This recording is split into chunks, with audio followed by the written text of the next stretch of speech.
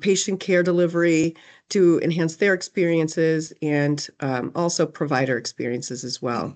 I am joined by some colleagues today, one of which is Chris Cremonis. If you want to come and introduce yourself, Chris.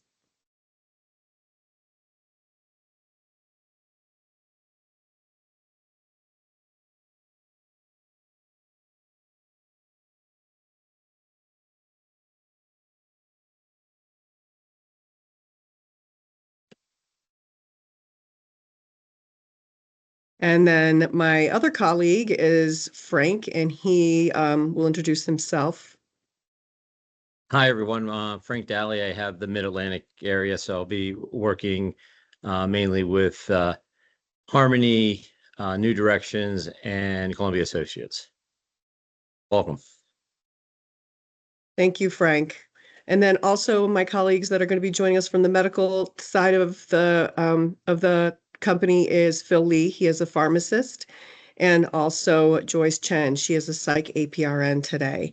And we ask that you please use the chat function. We do have medical who's going to be monitoring that chat function in order to answer questions that you may have. And also feel free to participate because Joyce will be performing the aims and asking all of you to participate with her as well.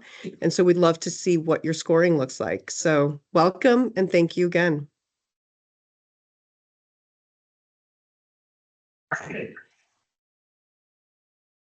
Thanks, Vicki. So I'll go ahead and get started. 1 second. All right, thank you so much, everyone, for joining today. My name is Philip Lee. I am a pharmacist by training. With Neurochem Biosciences, I work with organizations like yours to help raise awareness and increase diagnosis of these involuntary movement disorders like tardive dyskinesia. And today we'll be discussing the differential diagnosis of these drug-induced movement disorders, along with my colleague who will be going over the abnormal involuntary movement scale, Joyce. So again, like Vicki said, if you have any comments, feel free to share them in the chat and we'll get to them whenever we see them. And please feel free to share any experiences you may have had, because I know you may have seen some of these movement disorders in practice.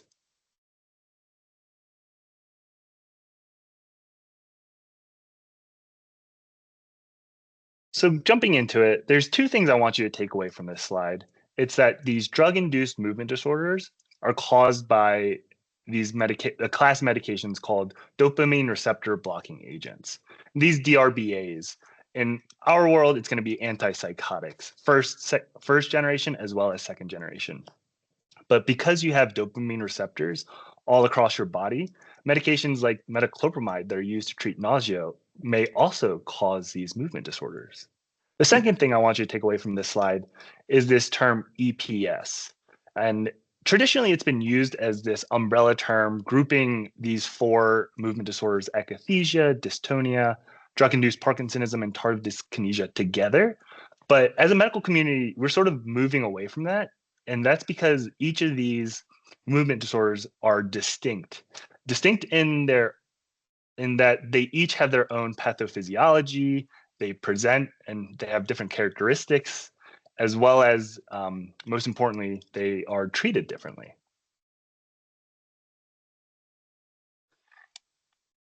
And one other thing to mention about these four DRBA-induced movement disorders is that their timing of onset is different as well.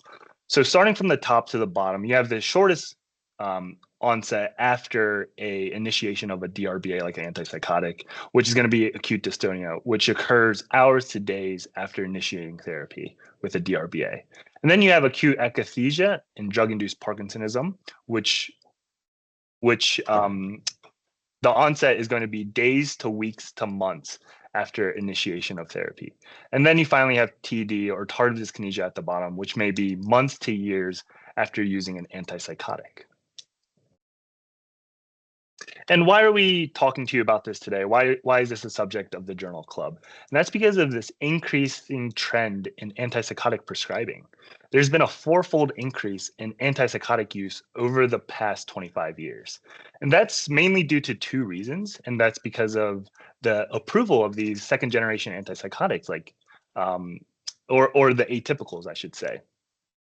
And the other reason is this expanding indication for these antipsychotics as well. And with that increase in antipsychotic prescribing, you're going to get more movement disorders associated with those antipsychotics.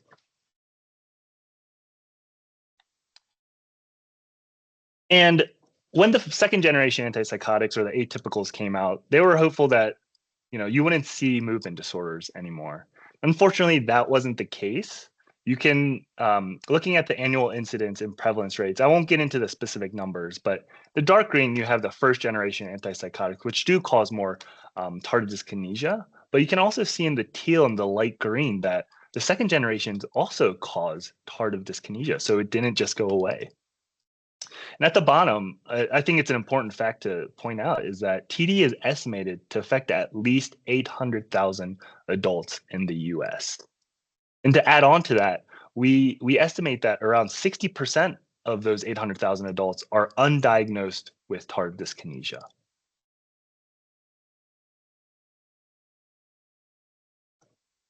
And one of the challenges of TD or tardive dyskinesia is the stigma associated with these visible involuntary movements.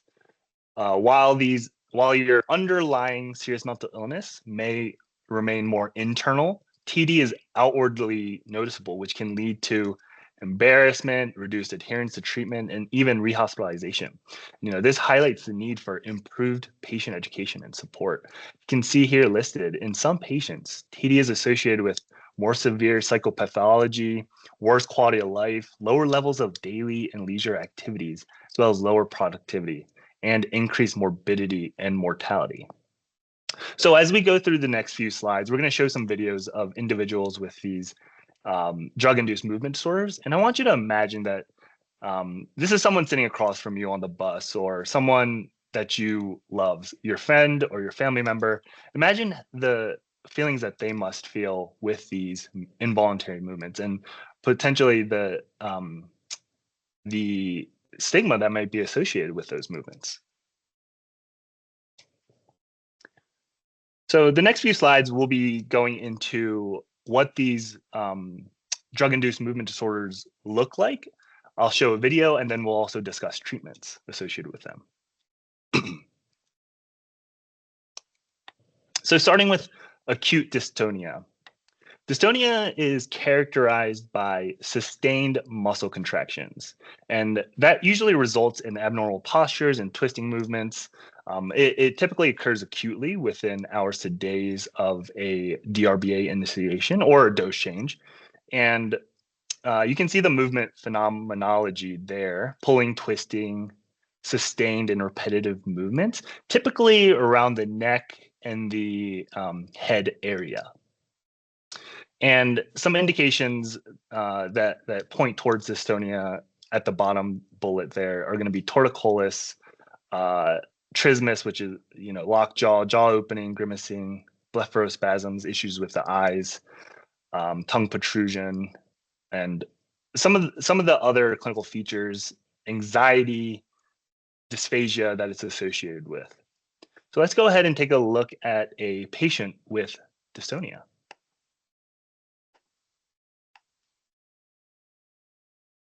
So you can see the extended neck, the open mouth. And typically these dystonia patients, they experience a lot of pain. It's very painful. So you can see sort of the tensed nature that it may have. So how do you treat dystonia? Well, we look towards the 2020 APA schizophrenia practice guidelines for the most up-to-date guidelines on treating these drug-induced movement disorders. And those 2020 APA guidelines recommend that anticholinergics like benzotripene or trihexyphenidyl, their brand names are Cogentin and Artane, are recommended for intervention.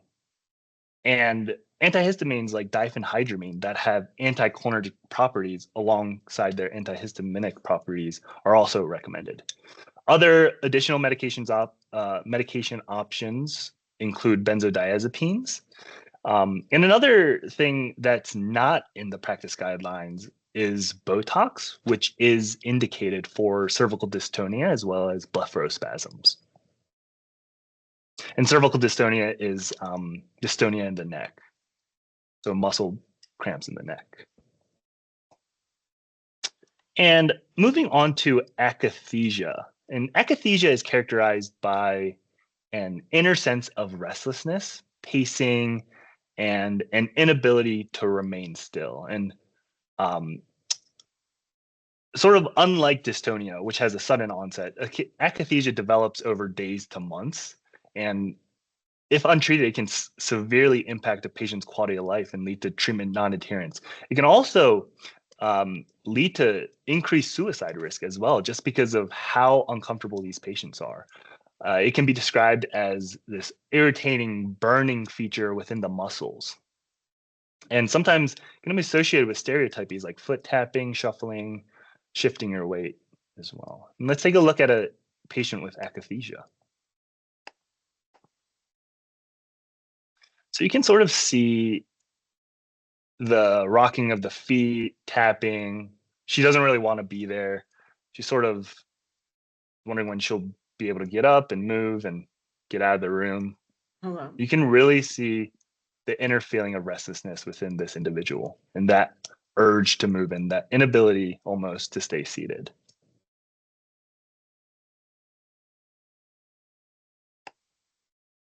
And how do you treat akathisia?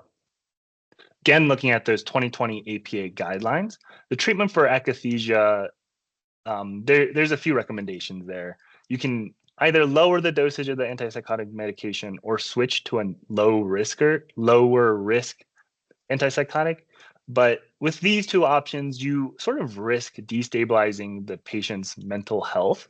So you need to weigh the pros and cons for these two options. The other options they recommend are going to be beta blockers like propranolol and benzodiazepines as well. There are other treatments like serotonergic treatments like mirtazapine that don't have as much literature to support their use in this. And moving on to our third drug-induced movement disorder, it's going to be drug-induced Parkinsonism. And drug-induced Parkinsonism mimics sort of the Parkinson's disease and presents with three main features. It's going to be rigidity, bradykinesia, and sometimes tremors as well. And the typical time of onset after a DRBA medication, it's going to be days to weeks to years, so it's pretty variable. And you can see under the movement phenomenology that it falls under those three categories like I previously mentioned: rigidity, bradykinesia, and tremors. You can see rigidity of the neck, trunk, and extremities.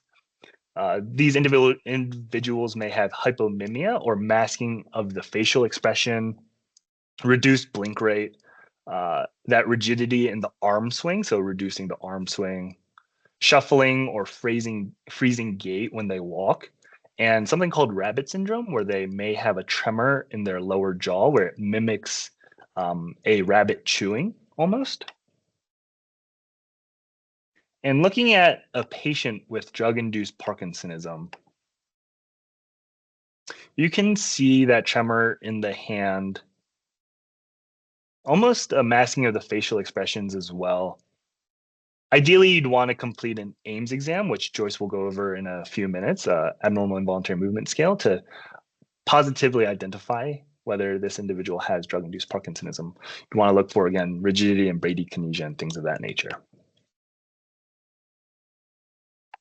So moving on to treatment approaches for drug-induced Parkinsonism.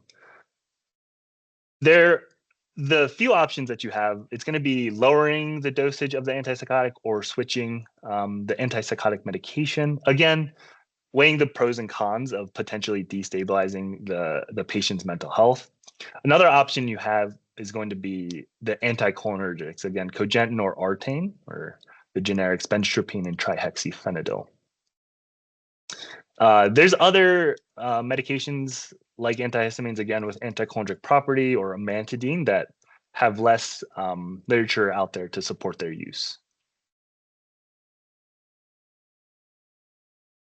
Then moving on to our fourth and last drug-induced movement disorder, tardive dyskinesia. Tardive dyskinesia, unlike the other movement disorders, it has a delayed onset and may even persist after drug continuation. So it's characterized by involuntary repetitive movements. Typically, you see it in the orofacial region. A majority of patients have that, but you can also see it in the trunk as well as the extremities. And that's because TD affects muscles. And you have muscles from the top of your head to the bottom of your feet. So a lot of the times, the TD patients you see may present differently. And these movements are distinct, and they may look what's called choriform or athetoid. Choriform being sort of dance-like, rapid, jerky, non-repetitive movements. Sometimes people can see them in the fingers where they look like they're playing the piano, like piano-like fingers. Or it can be even athetoid, where it's slow, sinuous, and some people call them serpentine movements. And so it's a little bit different from choriform. And then it can also have stereotypies as well involved with them. So let's take a look at maybe one or two patients with TD. So looking at this individual, you can already see some movements in the face, the tapping of the feet, maybe some tongue movements as well, and even neck as well, right? So imagine sitting next to this person on the bus. What are your thoughts going to be? What is the stigma that this person may experience with TD? And let's look at this individual standing. So you can even see it in the mouth, and when this individual turns aside, you can maybe see it in the trunk. And imagine the difficulties this person may have eating, walking, right?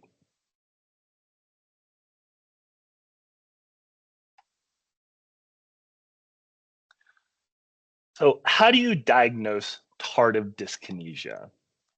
Joyce is going to go over the aims again in a few minutes, but the way to diagnose TD is based on clinical evaluation and patient history. And the aims is sort of separate from a diagnosis. It's commonly used to as a scale to see whether or not they have movement disorders, as well as a differentiator.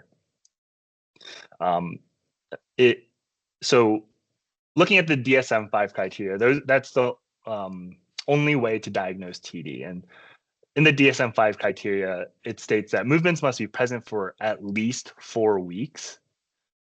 Secondly, history of the offending agent, the DRBA, must be there for at least 1 month in those older than 60 years or older, and 3 months in those younger than 60. So something I do want to point out is that older adults above the age of 60 may have TD after 1 month of use of an antipsychotic. I think that's really important to think about. The other consideration in the DSM-5 is that signs of TD may develop during exposure to the antipsychotic or DRBA, within 4 weeks of withdrawal from an oral DRBA, or within 8 weeks of withdrawal from a long-acting injectable.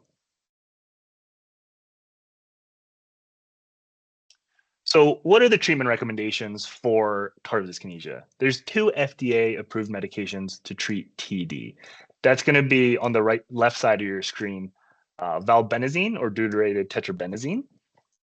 There's pretty much consensus across the guidelines that these 2 VMAT2 inhibitors are recommended for treatment. And on the right side, you can see in the 2020 APA schizophrenia guidelines, it's recommended in moderate to severe disabling TD.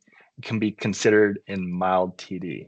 But I think it's important to consider the patient's quality of life when determining treatment. And that should be made by the patient's care team. So another important call out is that anticholinergics are not recommended for use in tardive dyskinesia. And I know in the past, anticholinergics sort of have been used prophylactically with antipsychotics to prevent movement disorders. That's sort of because they've been grouping it together in that EPS category. But as we just learned, not all these movement disorders are the same. It's important to differentiate because anticholinergics can make tardive dyskinesia worse. And within the benztropine or cogentin package insert, it specifically states that it can be used in drug-induced Parkinsonism, but is not appropriate for use in TD.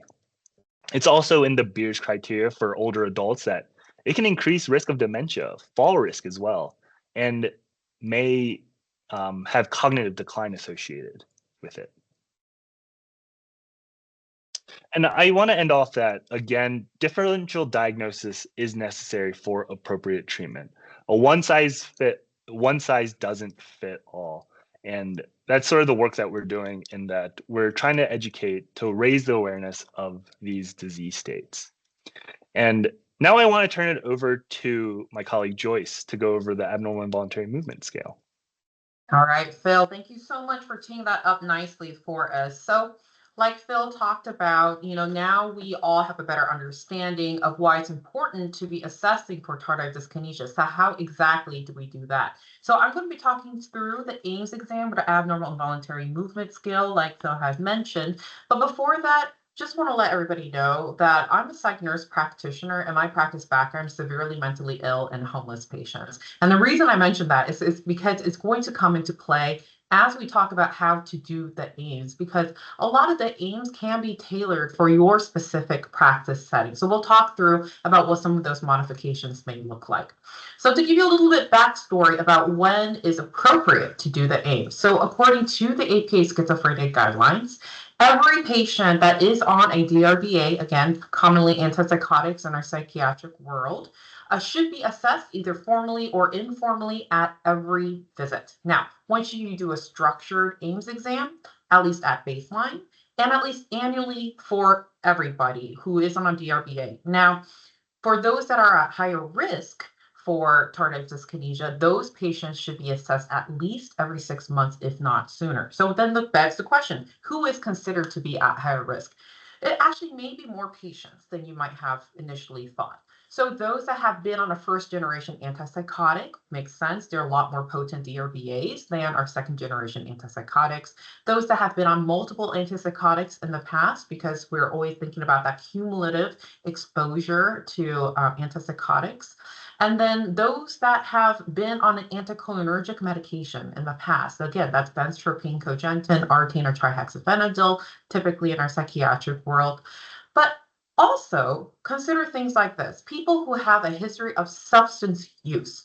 So not just a specific substance, it's any substance use. And if your patient population is anything like mine, again, working homeless and severely mentally ill, that meant about 99.99% of my patients were actually at higher risk for developing tardive dyskinesia. Other risk factors include those with a history of mood disorder. So we commonly associate tardive dyskinesia with severely mentally ill patients such as schizophrenia, but actually those with a diagnosis of things like depression, dysthymia, bipolar disorder, etc., those are the patients that are truly at high risk for tardive dyskinesia. And other risk factors Phil had mentioned, some of them include elderly patients and postmenopausal women. Next slide, please. Okay, so to orient you to the Ames exam, the Ames is the gold standard that clinicians use to assess for the presence of and the severity of tardive dyskinesia. Now, please note, the Ames exam is not diagnostic. It is only meant to be a screening tool, and I'll explain why in just a second. But the Ames exam itself is set up and divided into 7 different body regions. You have your face and oral movements, you have your upper and lower extremities, and then you have your trunk movements. And the last couple of items on the exam are talking about the global impact of the movements.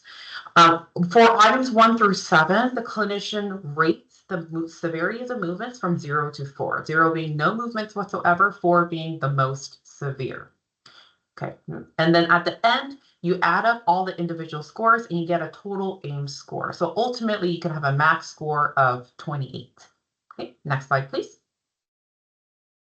Okay, so I'm sure you're all wondering, okay, so a 0 is pretty straightforward, no abnormal movements whatsoever. 4, severe, it slaps you in the face with it. You can see it from across the room. It's pretty obvious, that's most severe. But what exactly is a 1 versus 2 versus 3? So this is where it gets a little bit more murky, and because ultimately the AIMS test is very subjective. It's going to change from clinician to clinician, and it's going to change based on your practice setting. Again, I was severely mentally ill and homeless. I saw a lot of tardive dyskinesia. So maybe in my practice setting, my tolerance for what's considered severe would be very different from somebody that only ever worked in a private practice setting with, let's say, younger patients with just depression and anxiety. That does not mean that my score means any more or less than the clinician next to me. It is just my score, okay?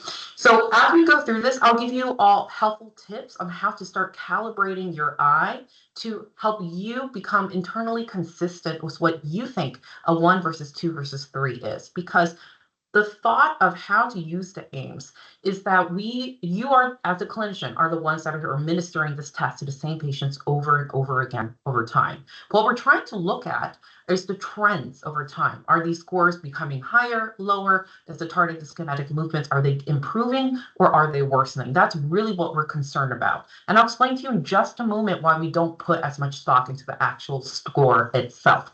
But just a final note. So one of the ways that you can think about what's 1, 2 versus 3 is by looking at the amplitude and the frequency of these movements. Okay, so how often these movements are occurring and how severe the movements are when they are actually occurring.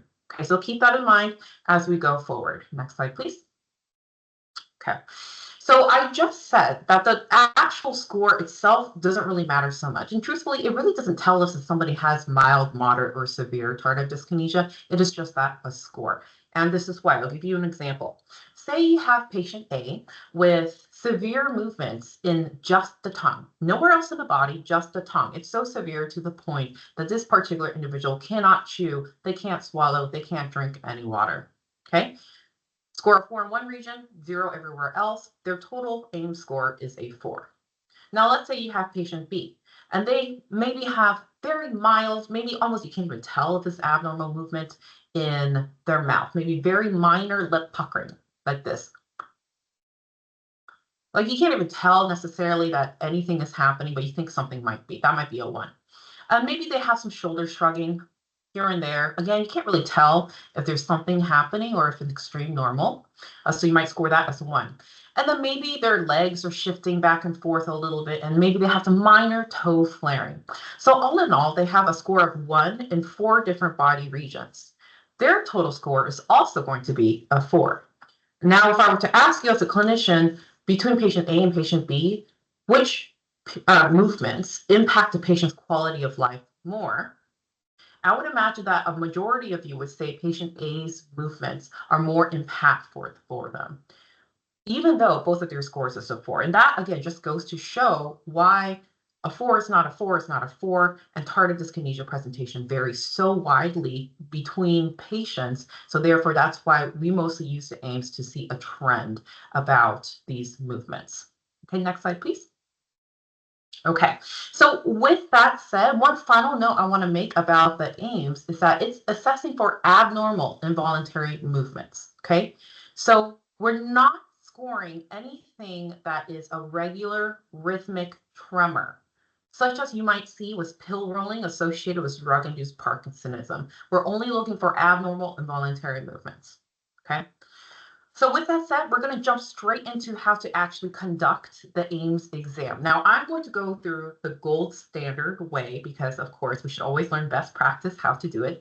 And then I'll kind of talk through some modifications you can make depending on your practice setting. All right. So in our ideal world, the first thing you want to do is to start assessing the patient actually when they're waiting in the waiting room, because they don't really think that you're looking at them, so they may not mask their movements. You're always trying to do a global assessment. You always want to go from head to toe to see what's going on with the entire body.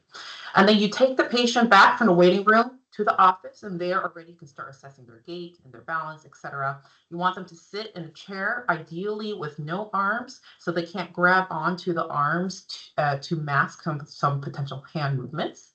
And you want to ask the patient to remove their shoes or socks. Now, again, if your patients are anything like mine, working homeless and severely mentally ill, there was no way, no how I was ever going to get my patients to remove their shoes or socks. And that's okay. You're not going to force them to do it. You would just document it and move on. Now, then the begs the question, how do you assess for foot movements if, let's say, you're in a telehealth setting, you only see them from the waist on up, or if you're like my patients and they just do not want you anywhere near their feet? You ask probing questions, okay? So think about it in terms of the potential functional impact that these movements can have on these patients, okay? So you ask questions such as, how often are you rubbing holes in your socks or shoes? How often are you having to replace your socks and shoes? Do you have any issues cutting your toenails? Do you have any pain in your feet? Those types of questions will help you get a better understanding if they may have some sort of abnormal movements in their feet, okay? So likewise, types of questions you do also want to ask is making sure that they don't have anything in their mouth.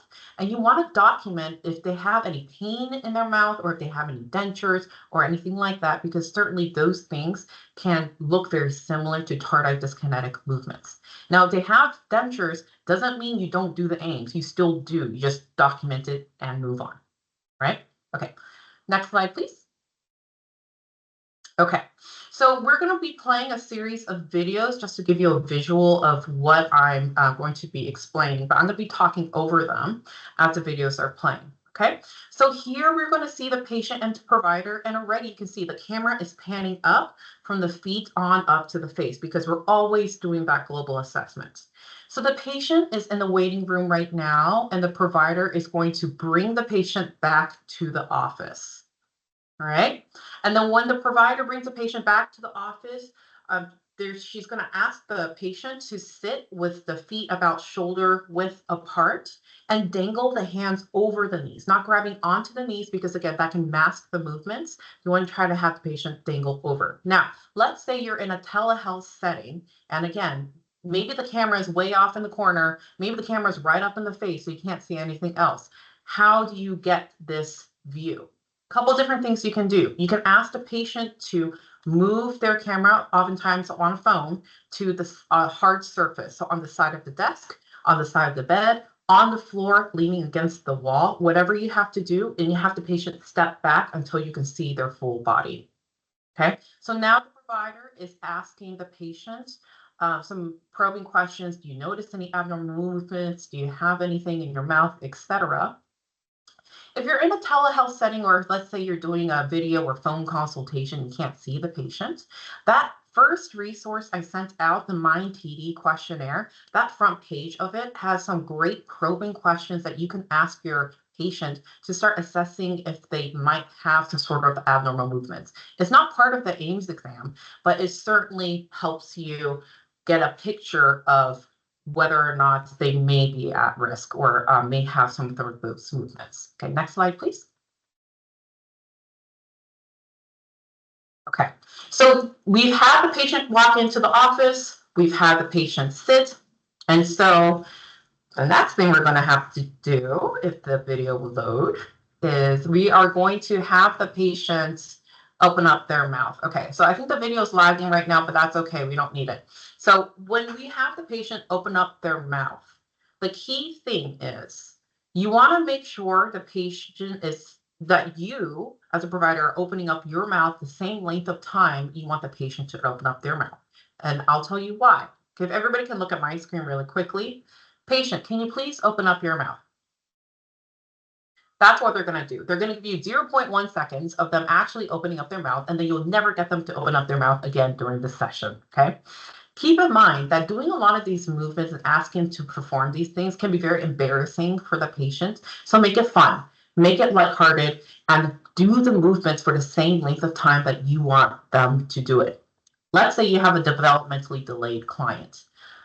A great technique to get them to do any of the movements that you want them to do is to do something like Simon says. Simon says, let's open up our mouth. And this is something you guys can do together. And frequently, Simon Says can actually, or doing games like that can be an icebreaker and can make the AIMS exam less scary for patients. Okay, so when you're having the patient open up their mouth, you want to look inside their mouth, see if there's any tongue movements. Again, you also want to look at the global assessment to see if there's any movements anywhere else. Okay, next slide, please. Okay, so we've had the patient sit, we've had the patient open up their mouth. Next thing we're going to do is we're going to have the patient stick out their tongue. Same thing, make sure you're sticking out your tongue the same length of time you want them to stick out their tongue. And also, it's not just like a quick 1, 2, 3, stick out your tongue, like that. You actually have to hold out your tongue for a little bit longer than you might think, at least several seconds, because sometimes patients can mask their movements for a short period of time, but the longer they're asked to do a certain movement, you can see that those tongue movements start actually becoming a little bit more pronounced, and more movements in the body are being elucidated. So you can see that foot tapping is starting to become more pronounced the longer that tongue movement is being performed. Right? Next slide. Okay, so we've had the patient sit, we've had the patient open up their mouth, we have them stick out their tongue.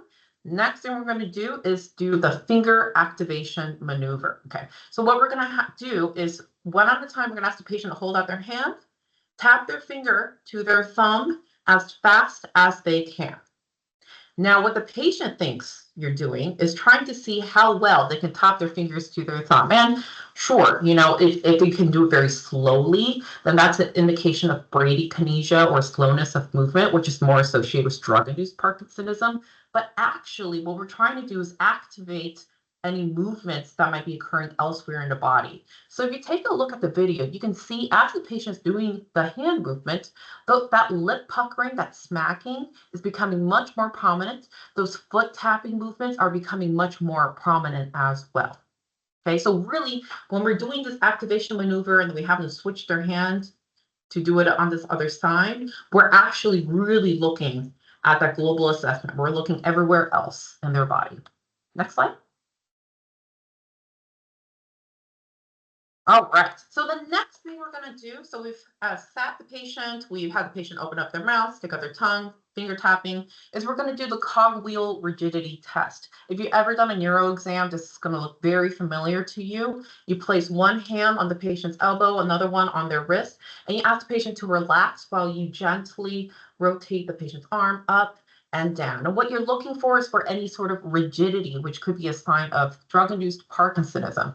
Now, please note that this specific test is not included on the AIMS scoring, but really it's more of a rule out to see if they have Parkinsonism. And the reason for that is because drug-induced Parkinsonism and tardive dyskinesia get mistaken for each other most frequently out of our drug-induced movement disorders.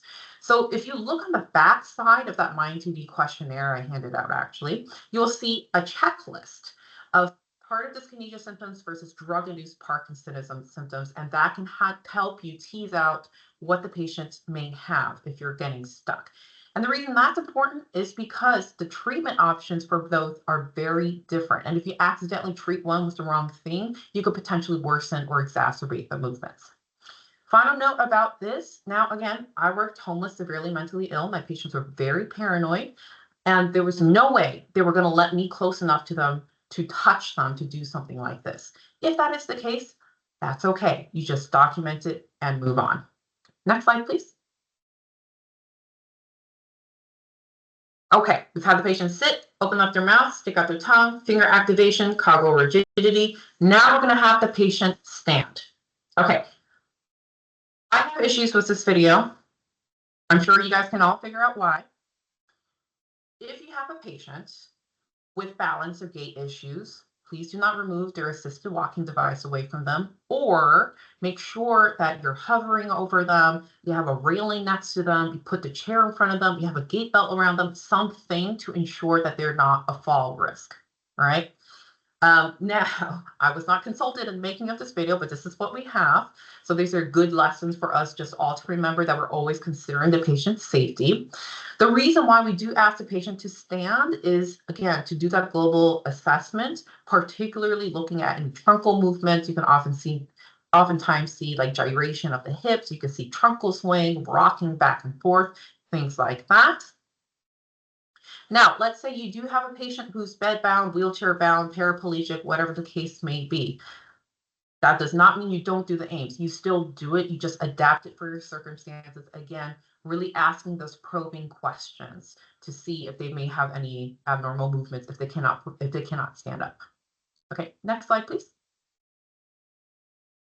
All right, and the last thing we're going to do is we're going to have the patient walk. Once again, I was not consulted in the making of this video. I personally would not take the cane away from a patient. I would at the very least be hovering right next to them to make sure they don't fall.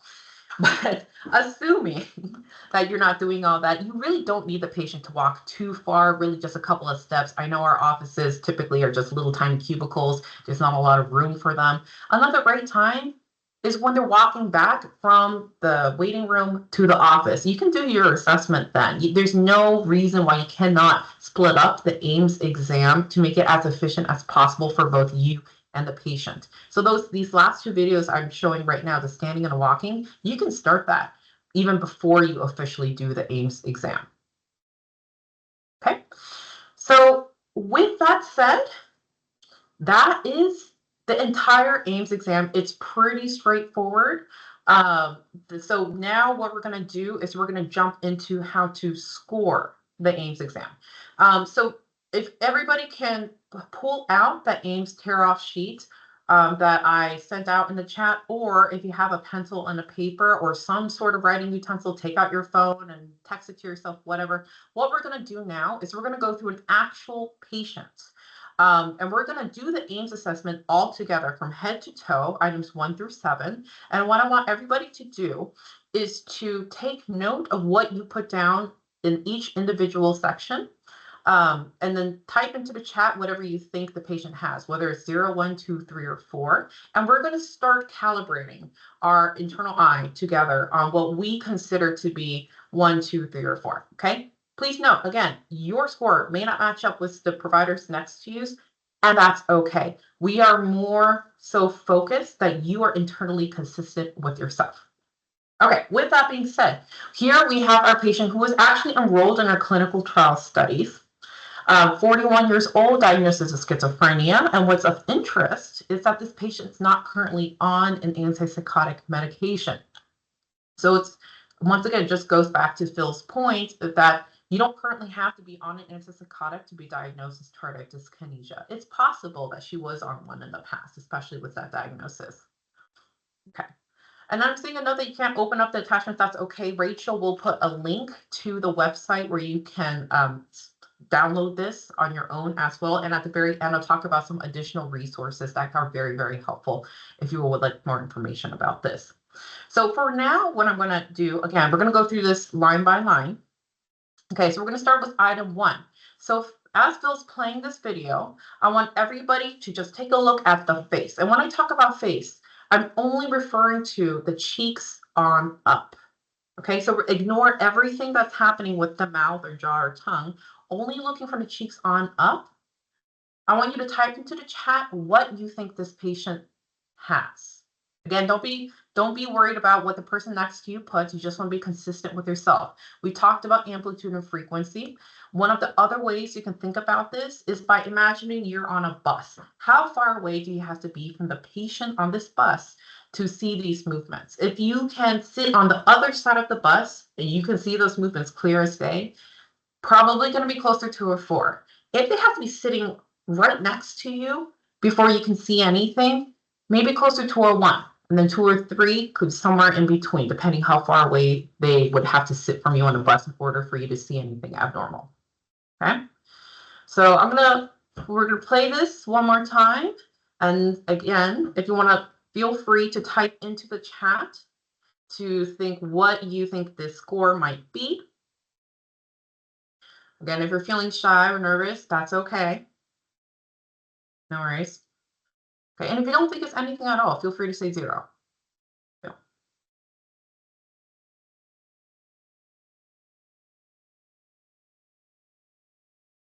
Okay, all right. Oh, I see a 1 here, Joyce. Okay, all right, thanks so much, Rachel. So Rachel will be shouting out the scores for us. And so for those of you who are interested, again, this patient was enrolled in our clinical trials. right? So we had off-site central raters who were movement disorder specialists who assessed every single video that came through. And so they thought this movement of the face was a score of 1. Now, if you didn't score a 1, don't change your score, okay? And I'll tell you why at the end. This is just more as a frame of reference for those who just really want to know how other clinicians rated. Okay, so now we're going to move on to item number 2. Okay, so now we're looking at the lips.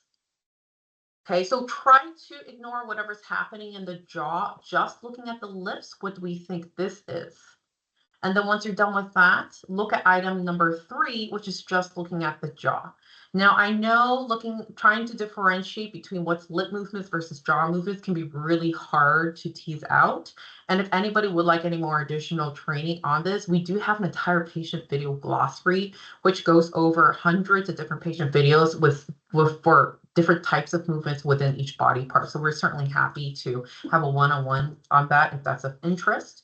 But one of the ways you can think about it is thinking about where these movements are localized. Okay, so if they're localized more back here in the mandibular area, like if they're originating from back here, probably closely related to the jaw. But if they're more localized to the front, probably more related to the lips. Okay, so think about that as you put your scores in. Again, doesn't really matter if you are consistent with your peer or not. Okay. All right. Looks like we're getting a 2 and a 3, a 2 and a 2, 1 and a 2, Joyce. Okay. All right. Okay.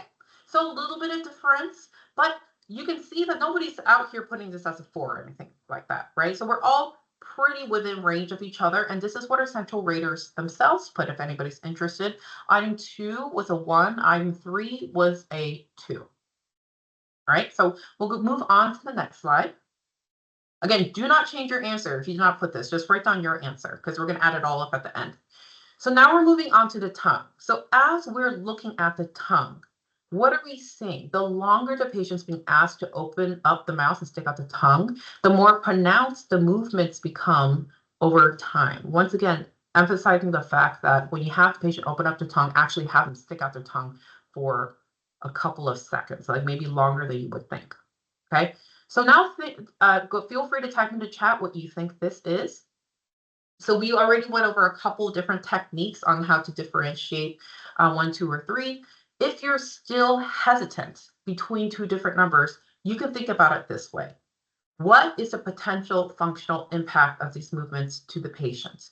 Because ultimately, the reason we're doing the AIMS exam in the first place is for the patient. So you really want to help characterize how impactful these movements are for the patient.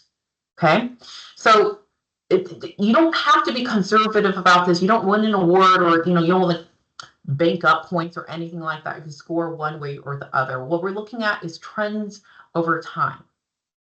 Okay. All right, so, Joyce. We're seeing some 2s and some 1s here in our scoring. 1s and 2s. All right. Okay, and then so our central raters put a 1. Okay. And then final note about this, if you notice that your scores are not matching up with the central raters, do not be discouraged. So actually in our Connect 4 trials, we had 2 types of people assessing these videos. We had our off-site central raters who were movement disorders, off-site, had nothing to do with the patients. And we also had our on-site raters who were typically the psychiatrists that worked day-to-day with these patients. So when we did our baseline demographics, what we found was that on average, our off-site raters rank these patients' score at an average of about a 10, their total score. Whereas our on-site raters, on average, rated the same exact movements as a total of a 14. Okay, so even between them, there's some differences, all right? So once again, do not be too concerned if you're not matching up exactly with these central raters. Next slide. Okay, so now we're going to move on to the upper extremities. So try to ignore everything that's happening from the neck on down. We're only looking at the arms, wrists, hands, and fingers. Once again, we're thinking about amplitude and frequency. We're thinking about how far away you have to be from them to see these movements. And we're thinking about the functional impact that these movements may have to the patient. Okay, feel free to type your response into the chat. All right, and I know it's a lot going on. And so part of this training and the reason we show these videos is to help train you on differentiating between what is causing what. All right, we're seeing a 3. We see a 1. Okay. Another couple 3s here. Okay. All right. And our central raters they scored this as a 2. So somewhere right in the middle. You see that? Okay. So we are almost done. So we're going to move on now to item 6. Now we're only looking at the lower extremities. So we're ignoring everything from the hips on up. Only looking at the lower extremities. So that's legs, knees, ankles, and toes. Thinking about all the things that I just mentioned. What do we think this is?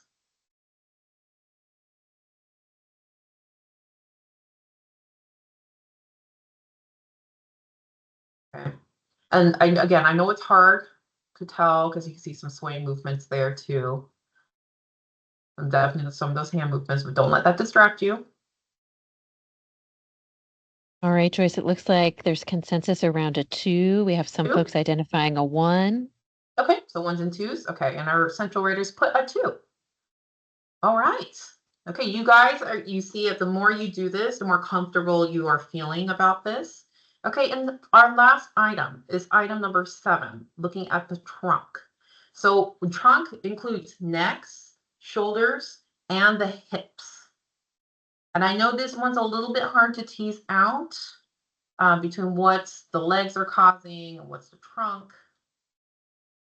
All right, so again, keep in mind what I had talked about, amplitude and frequency. How far away do you have to be from the patient? Think about those videos we saw earlier as well. Think about the potential impact. What do we think? Go with your gut. Go with your instinct. Do we think it's something? Do we think it's nothing? Okay, lots of consensus around 1. Some folks saying 0. Okay, 0s and 1s. Okay, and then what do our central raters think? Okay, the central raters thought this was a 1. Okay, so on the next slide, what I want everybody to do is to add up what they thought, add up all your scores and type into the chat what you think the total score is for your patient. All right, and then type into the chat your total score.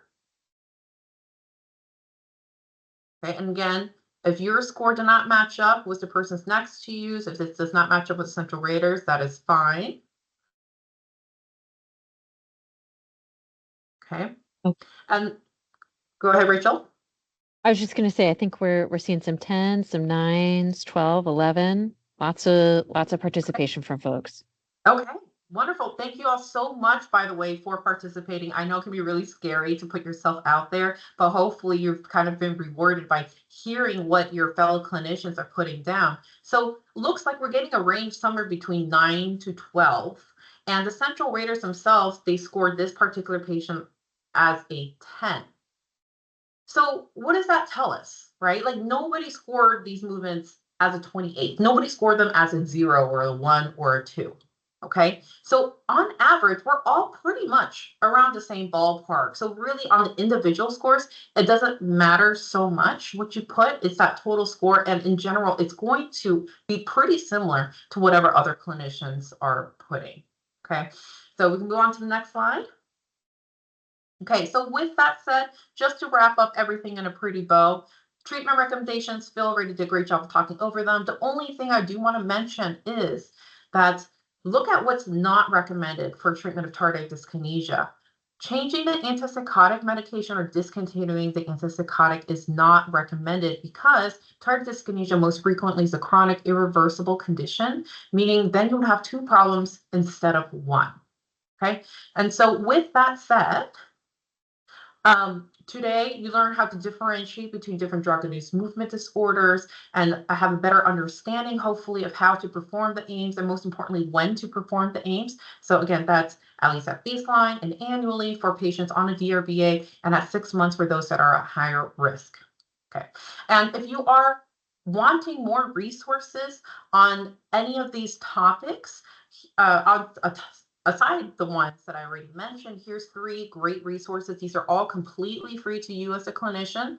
Starting from the left, we have our Discover TD app, which is a free game using virtual avatars. It takes you through actual patient interaction. You talk to the patient, you do the AIDS exam, you diagnose, you treat the patient. Particularly good if you don't see a lot of tardive dyskinesia or other drug-induced movement disorders in your practice. This can help give you a refresher. Our DIMD course are free online modules on differentiation of movement disorders, and you get a cool certificate at the end of it if you want more education. And finally, we have our Neurocrine medical website, which houses our entire repository of research, including our clinical trial data, articles, as well as our vast repository of patient videos. So with that, we have about 5 minutes left. I'd love to open it up for any questions or comments. And if there's none, then I'll turn it back to Vicki. Thank you all so much for your time and attention. You guys have been fantastic. Thank you so much for participating.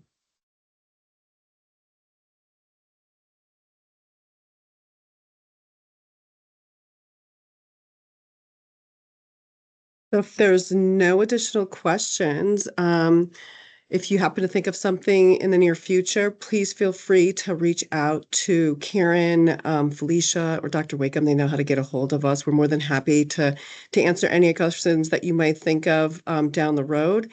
And this will conclude our presentation. I hope you found it exceptionally helpful, and it's something that you'll be able to use with your patients.